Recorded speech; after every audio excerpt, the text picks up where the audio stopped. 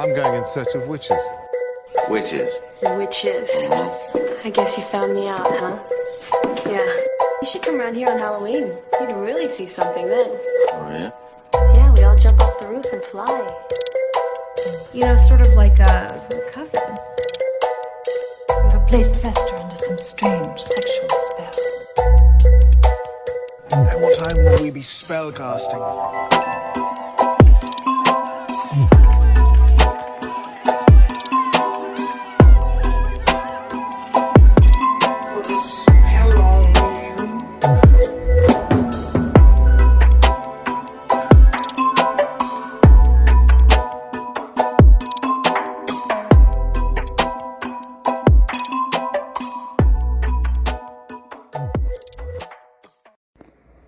Hey there, witches, and welcome to Moonstone Witchery, the podcast where we talk about witchcraft and spirituality in a modern context.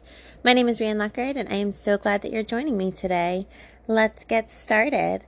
I want to talk about a variety of things, and you're gonna have to excuse my language because I am going to talk about something that I call the vortex of shittiness, and maybe I can modify it and call it the vortex of problems or the vortex of crappiness or something along those lines for our young ears that might be listening. But you should know that in my heart of hearts, when I am thinking about this situation, it is definitely the vortex of shittiness in my mind and in my soul space. But before I get to that, I want to sort of explain what the vortex of shittiness really is, and how it ties into several other kinds of concepts. So buckle up, because here we go.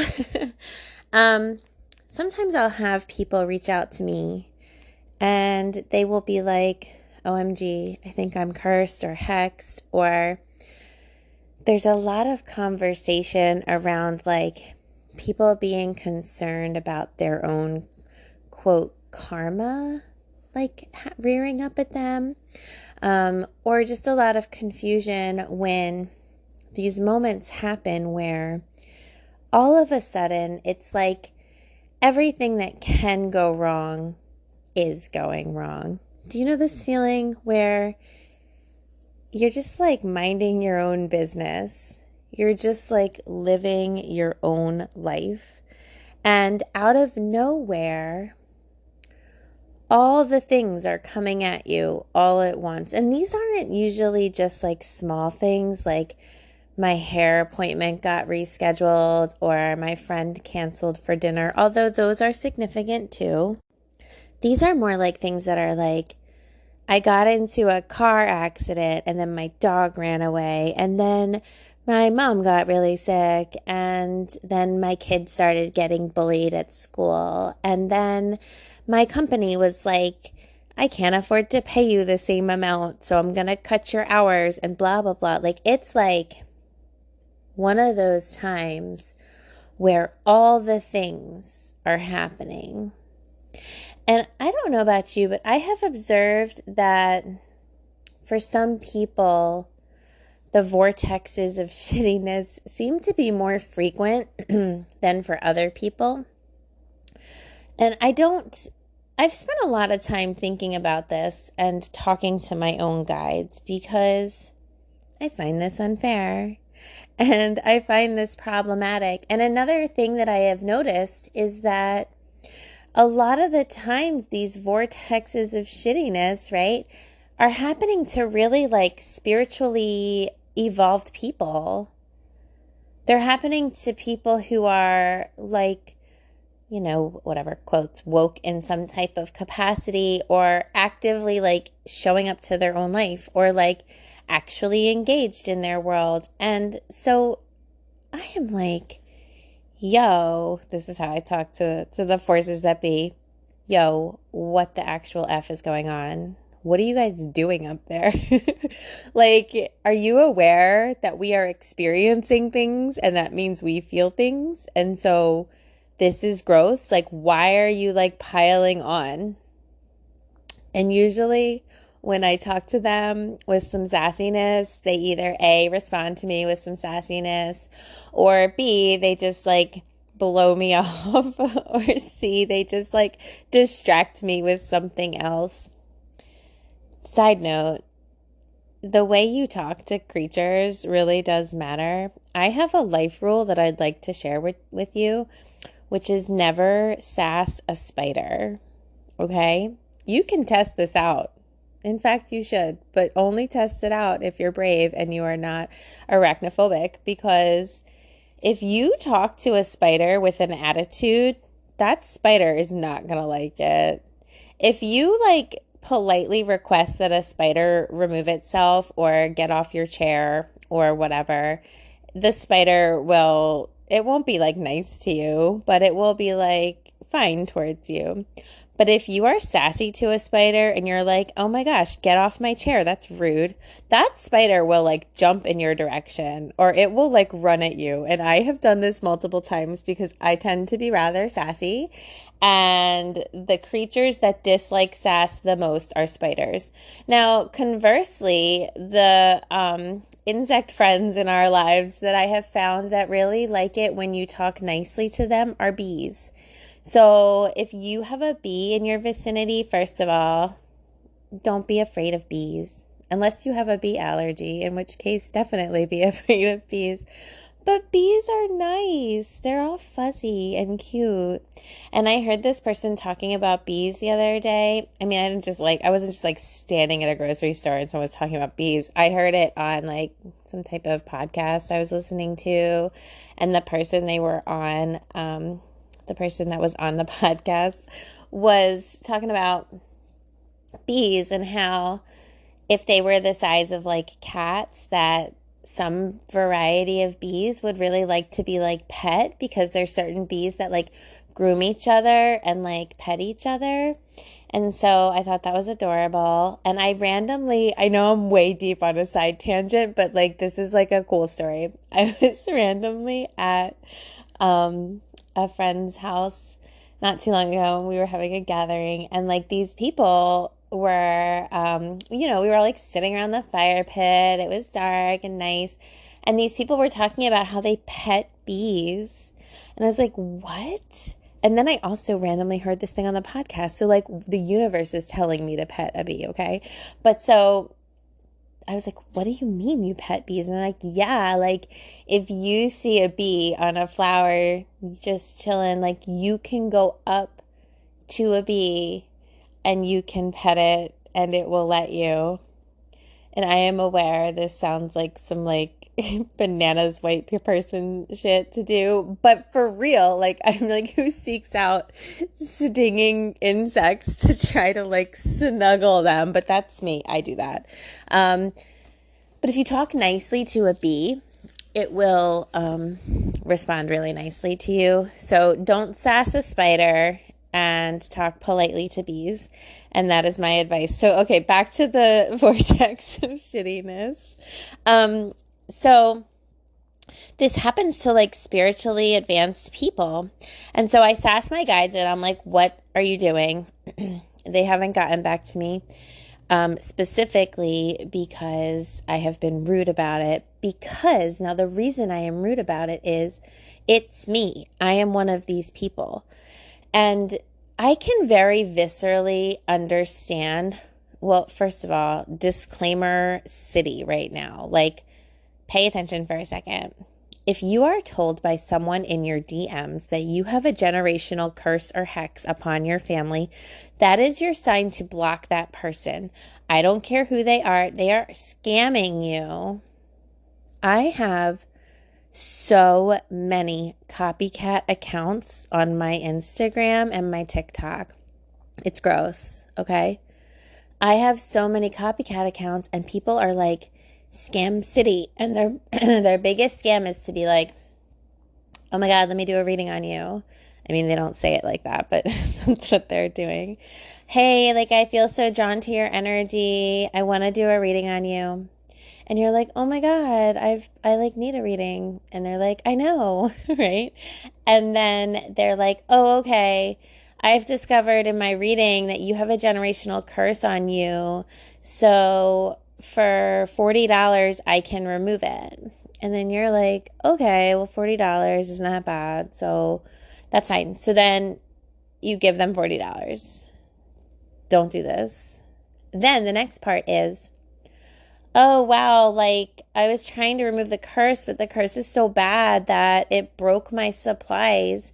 So now I need to go buy more supplies, and I need this special pot, and I need this special plate, and I need this special stuff and herbs and whatever.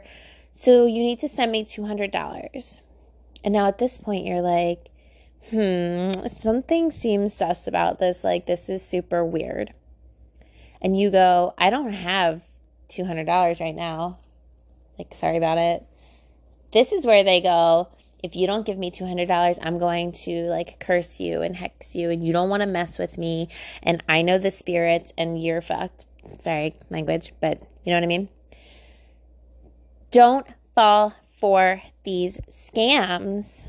Never, ever let someone cold read you. I don't even care if like you're at a psychic fair and you're walking by a booth and some lady at the booth is like, oh my gosh, your energy, come here. And she starts telling you about yourself. No, you didn't ask her to read you. You're in charge of your energy field. Don't let people cold read you. I would never, and if you ever get a DM from me, it's not me. Like, not because I don't love you, not because I don't want to talk to you, but I purposely don't randomly DM people because of how many scammers there are, okay? So just like, don't do that. But the reason I went on this particular tangent was because I can understand why people are like, do I have some kind of like generational curse or hex? Not because of the scammers telling them that, but because of the vortex of shittiness. See, it's like very common for certain people, and I don't know why fully, to fall into these patterns of just like pure chaos vortexes. Anything that can go wrong does. All the things, all the time, all at once. Oh my gosh. It's been like that within my own family as like far back as I can think of. We talk about it, like we joke about it. We're just like, oh, that's just how our family does. Like, guess everything's gonna be like crazy right now, you know? And I have had so many clients who have gone through similar things. There's just like a couple standout clients, and it's like that for them too. And I don't quite understand what causes the vortex of shittiness to happen, but I do know that it's a real thing. In part, I think that it's important to make a couple of distinctions and to have some discernment. Okay, so doing your self-work will help you to stop contributing to your own drama in your life. And I think this is important to understand. When we get on a spiritual path, a lot of us go into it being like, oh, I want to do fun spells, and I want to like talk to ghosts, and I want to like do cool things like that. And then what happens is we discover like, oh my God, I am like the common denominator in all my own misery. Like, and then we're like deep in our self-work, and we have no choice, because once we've begun our self-work, we can't go back. Once you know something about yourself, you can't unknow it. And that is like the curse of vision. That is like the curse of awareness. And I use the term curse lightly there. It's like, would I prefer to not know myself deeply and to not have this depth of like amazing spiritual access, but be like very unaware of how I am complicit in my own problems? Or do I prefer to like have awareness of how I am creating a lot of my own drama in my life? And through that awareness, like it's painful and hard and challenging, but I'm able to access like these amazing, deeper, like more evolved places both within myself and just like within my life in general. And that's kind of the struggle. But once you open your eyes to your own participation in your own reality, you can't close them again. It's like a very Matrix moment. Like we're having a very Matrix moment right now, right? Like once you do this, like you can't undo it. Does that make me old? Like my referencing the Matrix? Anyway, so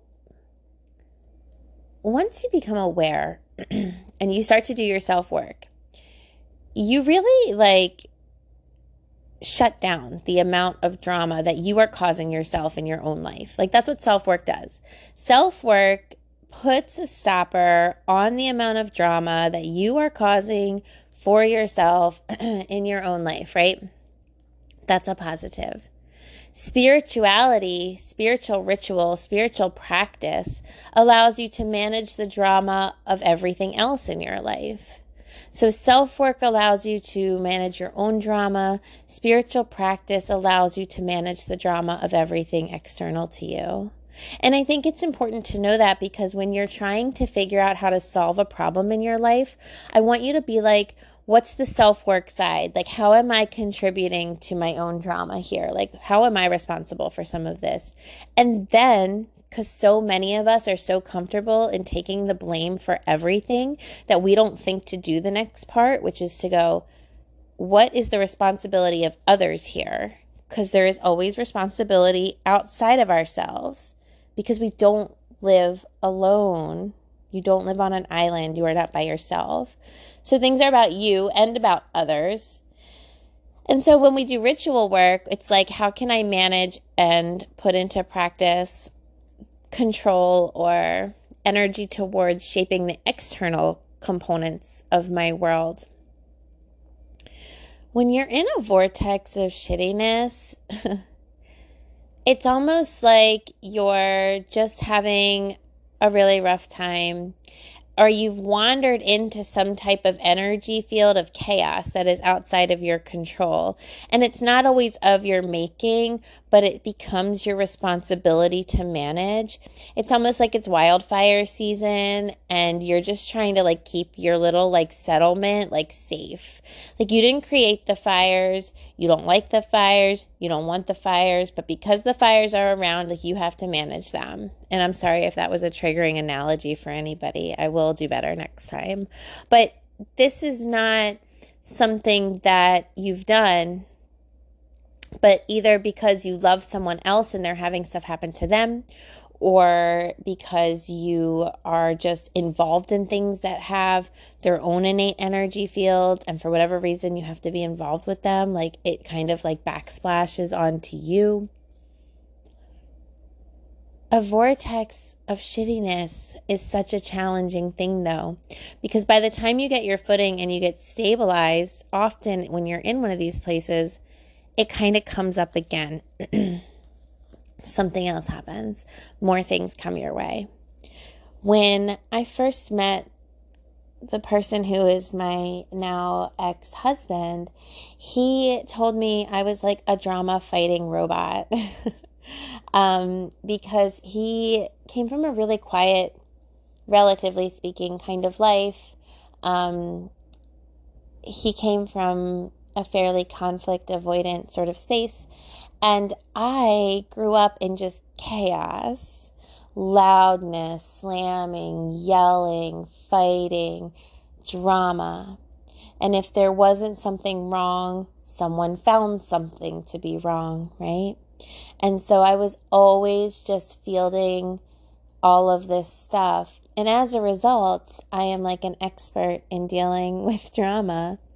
But for people who don't grow up with a lot of chaos around them, they don't develop those kinds of coping skills. And so for him to witness me have all this stuff constantly happening and to just be like, fine, he was like super perplexed by this. But I do think that there's a portion of us that becomes used to the chaos, or it's like deeply ingrained on some kind of soul level or something, or not a soul level, because I don't really think there's any capacity for our souls to have chaos in them as like a foundation thing. I think it's more like an energetic alignment, like our comfort zone or something.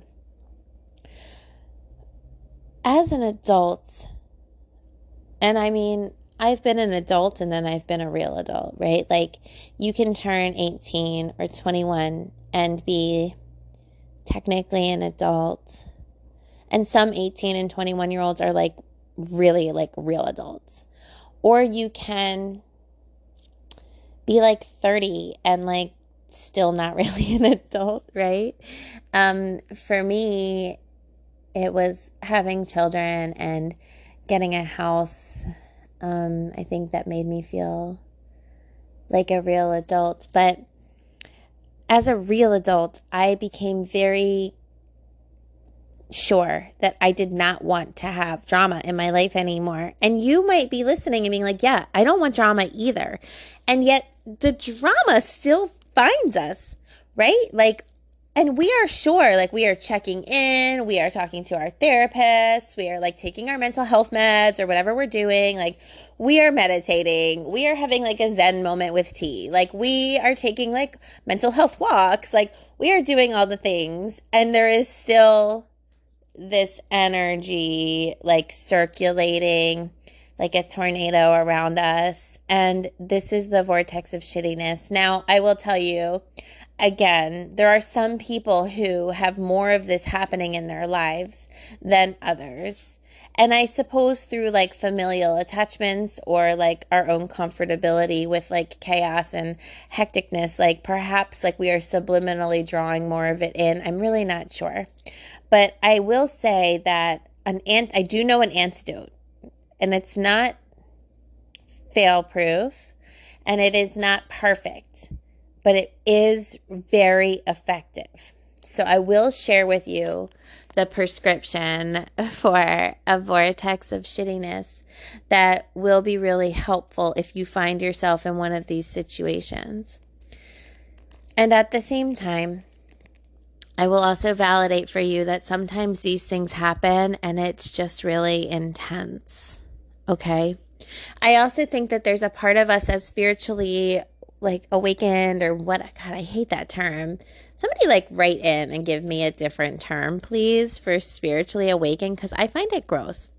But I will say there is like a component of this where we are actively tackling the problems that come our way, right? Like we are actively engaging with the world. So the world will invite us into something, and instead of being like avoidant or running away from it or whatever, we actively like are like, yes, I will deal with this. Like I'm going to like dig into it. I'm going to have accountability. Like I'm going to really look at what's going on. And because we are aware and because we are engaged and because we are interacting, like we are having more happen, right? Like that makes sense to me. But it's not just that. And I don't know that it's a quote curse. Now, I will say that I have talked to my guides about the concept of like reincarnation and what happens with us in an energetic level. On a side note for a second, a lot of people are misusing and misunderstanding the term karma. Karma is a belief that belongs in like the Hindu religion, and it is specific. It discusses how the things that you are doing in this lifetime, they shift and align the life that you are born into in the next lifetime. So what people are out here on like the internet saying and using the term karma about is actually really the concept of cause and effect. Cause and effect is for every action, there is an equal and opposite reaction. Meaning like whatever I do, something else is going to be done. That's not karma though. And so I just want to be super clear about that, because I know people think I get really nitpicky, but like it matters. If you're going to use a word I want you to know what that word means. And if you're going to use a word to try to influence others or teach them something, like, please try to be aligned and understand what the word you're saying is. Or like, what are you teaching if you don't understand it yourself? Karma is really a very specific, like, spiritual belief. It's been like completely bastardized by, like, I don't know, like the American conceptualization of what is being said, but like what people are saying about karma on a regular basis and what karma actually is are like worlds apart, okay? But my guides have talked to me about, because I've been very like, why was I born into the circumstance I was born into, and like what is going on in my life? And I don't personally believe that there is some greater purpose or pre-designed circumstance of lessons that I have signed up for. Like, that's not in my own personal belief system. I don't choose to believe that I've been like abused or traumatized like as a child to like teach me some ultimate lesson, right? Like, that thought just doesn't make any sense to me, because it just doesn't make any sense to me. Why would we be signed up to be dragged through actual hell as children in order to teach ourselves something? It's not, to me, how it works. However, I have been told that we have to choose, bodies that can run the program of our soul. And I've talked about this before on this podcast. The things that then happen to us are external circumstances. And it's a lot of what we're talking about today, right? Like, have I wandered into somebody else's storm? Have I been unfortunate enough to enter into somebody else's energetic field? How does that energetic field shape me or mold me or contribute to my own energetic field? And the more we're submerged in certain kinds of energy, the more our vibrational frequency, for lack of a better term, kind of aligns with that, and it shapes into that capacity, and it sort of becomes familiar with it. Not that we become changed, but that we become accustomed to. And that energy is carried forth for us into our adulthood, unless or until we choose to change it. And so we have to become very aware of what feels familiar to us and what feels comfortable to us.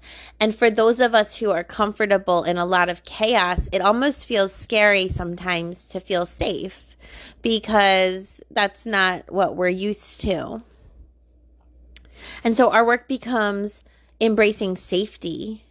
Our work becomes embracing calm.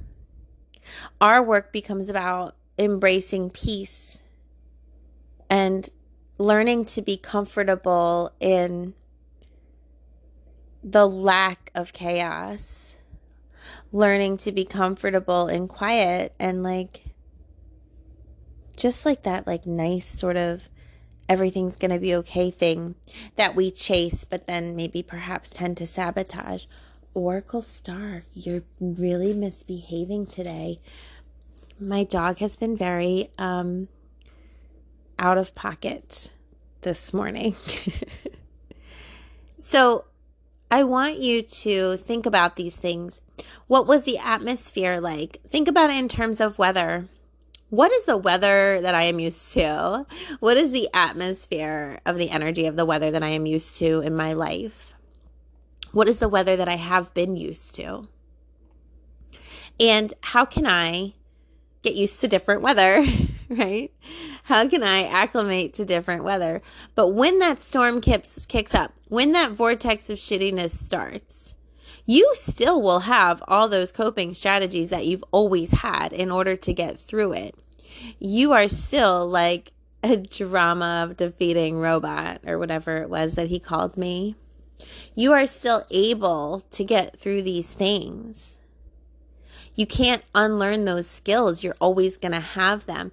But just because we have them doesn't mean we have to be carrying them around all the time.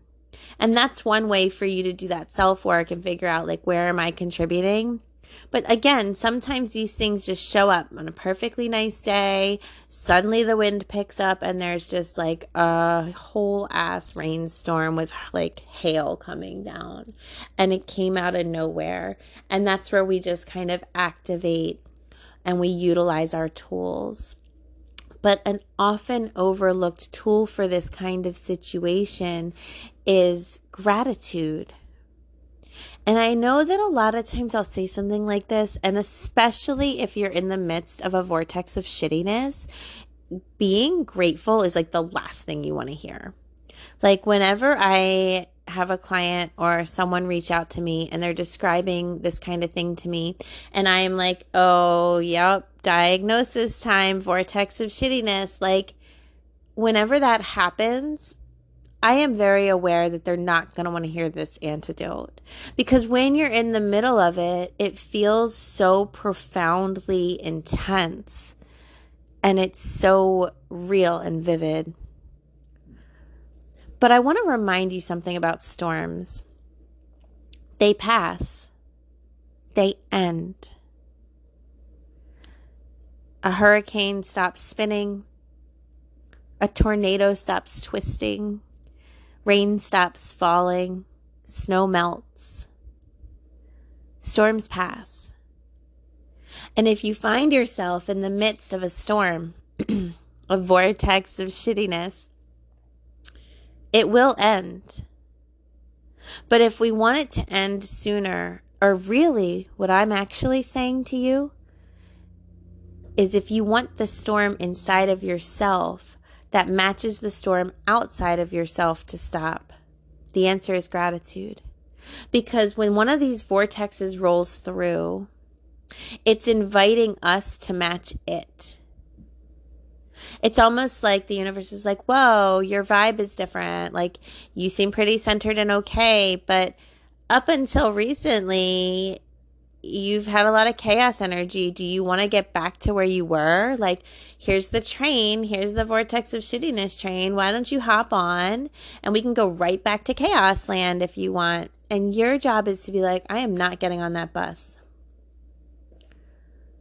I will let that storm be external to me, but I am not going to internalize that storm.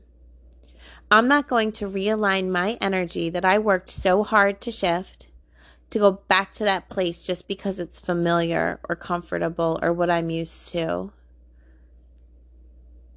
You will always get invitations in this life into being a version of your previous self.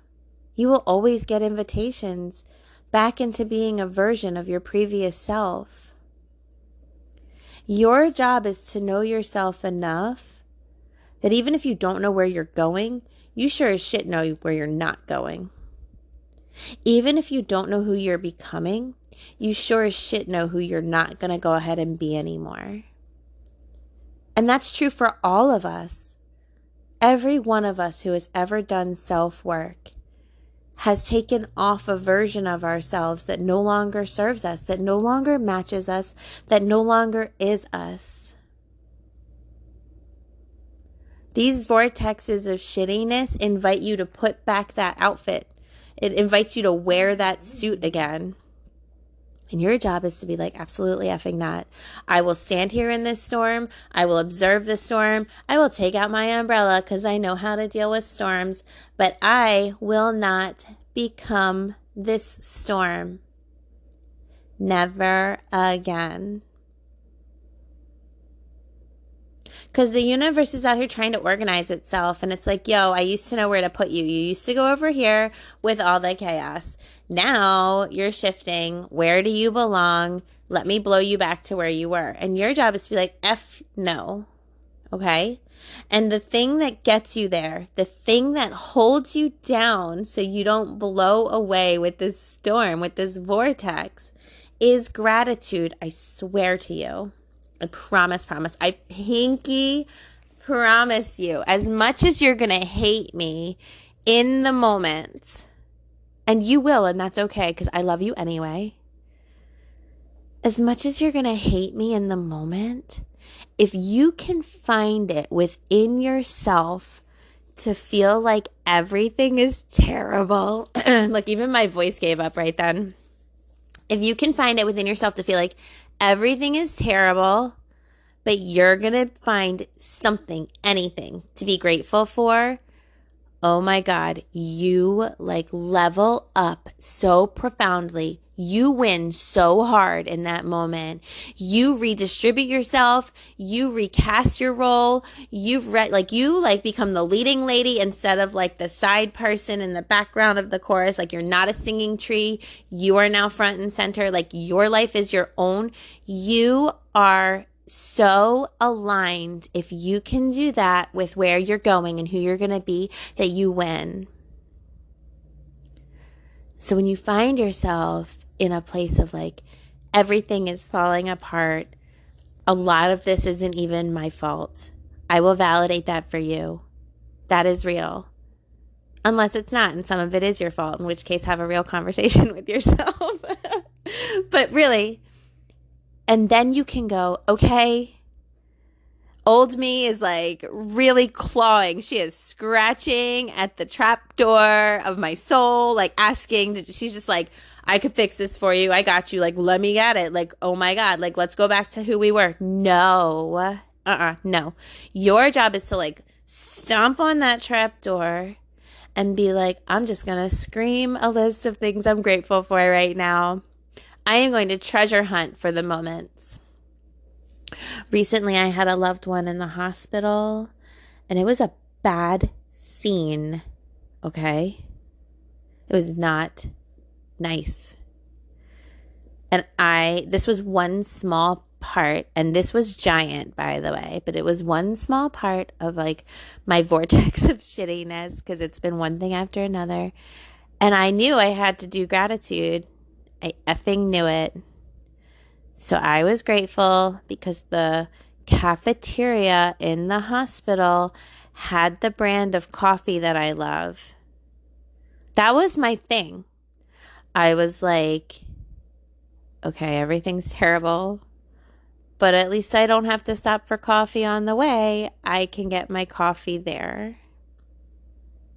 That was it. That was my thing. But then, because I was like trying so hard to stay positive, like I helped a lady in the elevator and I gave her instructions on how to get into this one part of the hospital that has restricted access that we had to be in. And I was like, oh, you push the button and they're like, this is the ICU, like, blah, blah, blah, like, you can come in. And I had to walk her through how to do the thing. And she was like, you know what? Thank you so much. And she pulls out this little card from her wallet and she's like, this is for you. And on it was this picture of this little fox. And then she was like gone into the wind. Like, I don't know where she went, right? That was my gratitude. That was one of my moments that day. Because that was a kindness, a random act of kindness. And they're everywhere, by the way. Some guy helped me take really heavy boxes out of my car the other day because I had to give them to the post office. Like, that was a random act of kindness. I could have overlooked it, but I was like super grateful for it. This lady gives me this little card that's a picture of a fox. My grandmother's last name was Fox. So that meant something extra special to me. Somebody held a door for me. Some lady told me she liked my nails. They have my coffee in the cafeteria of the hospital.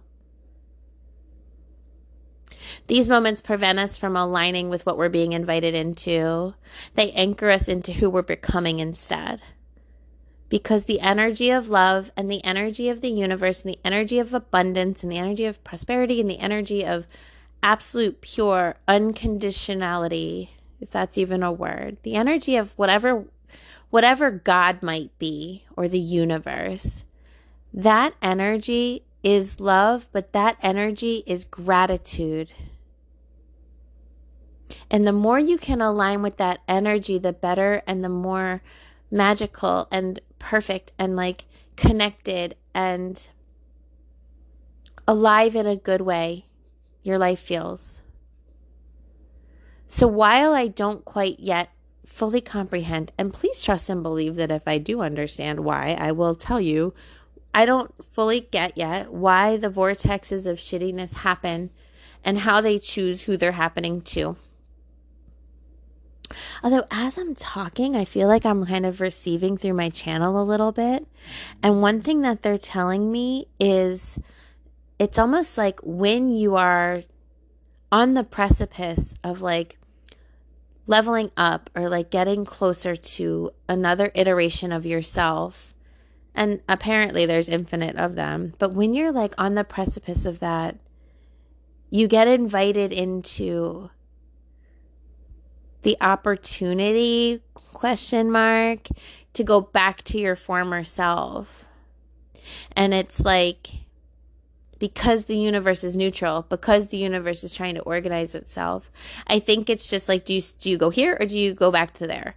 And I think we have to just hold through and kind of like never go back to there and always go to the next place. And so we do that by showing up as the next place. The more you show up as who you are becoming, the less you get treated as who you've been, right? Like the less you get categorized as who you've been. So maybe perhaps if you're used to, or if you're one of these people who like me, like is like every year navigating, I'm like, where is my voice going? Every year, like navigating a vortex of shittiness, maybe you should say to yourself, like, is there a correlation between like me having a major life aha moment and me deciding like things are going to change around here and like actually doing those things, and then slam, I get like hit with like the vortex of shittiness? Like, I wonder if there's a correlation there. So that would be something for you to consider.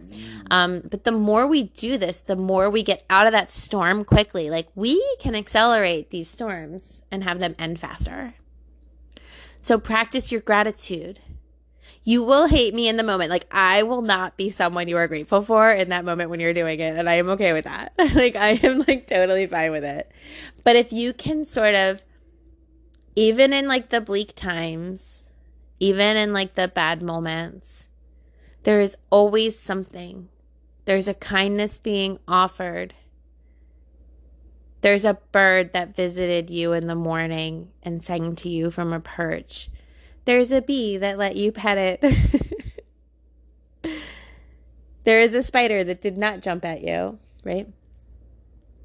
Try your best to remember who you're becoming and to pull yourself into that place, because it won't make the external things change, but we don't necessarily need the external things to change. We need our inner selves to be okay and to align.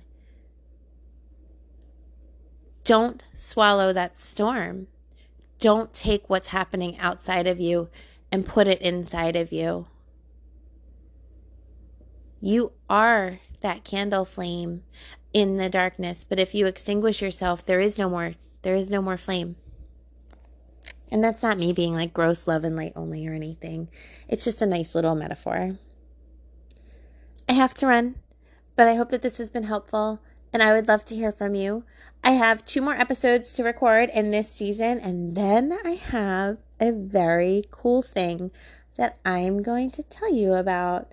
So in my next season, which will be soon, I'm going to have some different stuff happening. But I'm not going to abandon this format or anything. Like, it's an and thing, not an or thing. I'm going to add in some cool things, and we will still have these awesome conversations as well. If you enjoy conversations like this, please come and join me in my Witchcraft Academy, where you can have one-on-one access to me and shadow work and all the other cool students. There will be swag soon, and there will be a lot of fun, good times to be had by all. Find me on Facebook in my gigantic and wonderful witchcraft group, Moonstone Witchery. Find me on Instagram, Moonstone_Witchery. Give my TikTok some love, and I will talk to you soon. Have a great day.